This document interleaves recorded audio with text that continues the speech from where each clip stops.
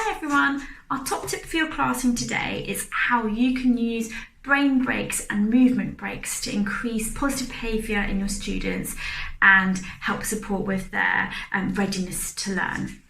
So a brain break is a break from any sort of stimulation, and it helps to practice mindfulness techniques to help them with their mental well-being.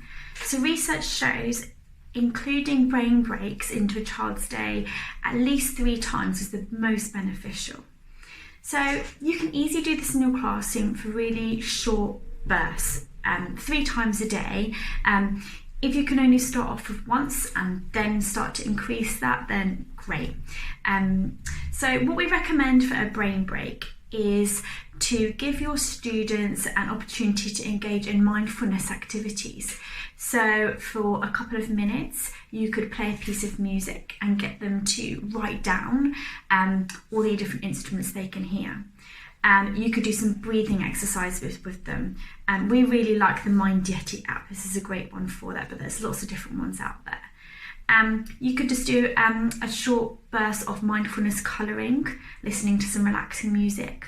Or a great one that you can do in the classroom really quickly is to encourage your students to use their senses. So you can think about, write down 5 things you can see, 3 things you can hear, and 1 thing that you can feel. You can adjust that as in how you like, but the main idea is that for 3 times a day, for short bursts, you're encouraging your students to just take a break from that overstimulation, whether it's from social interaction with their peers and in the playground, or academic learning, just to have that break to engage in some mindfulness activities. It can really be beneficial for their mental well-being. Now, a movement break is slightly different. So research shows that giving students some sort of a movement break every 10 to 15 minutes is the most beneficial. So when we think of a movement break, it doesn't have to be a big long PE lesson outside. It could literally just be a change of activity. So as a teacher, be really mindful of how long your teaching instruction periods are. And obviously we want to get the most learning out of our students, and this will help support their learning. So if your students are at the same activity, maybe they're sat at their tables listening to you teach, but it's still quite interactive, which is great. But if that's more than 10-15 minutes, just change it up a bit. So just a random walk around the classroom.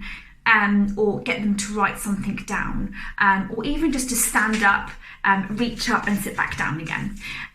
Just short little bursts every 10 to 15 minutes can really help your students with their engagement and help them be much more ready to learn. So give those 2 strategies a try in your classroom, and I'm sure you'll see some positive effects on your students' behaviour and their learning.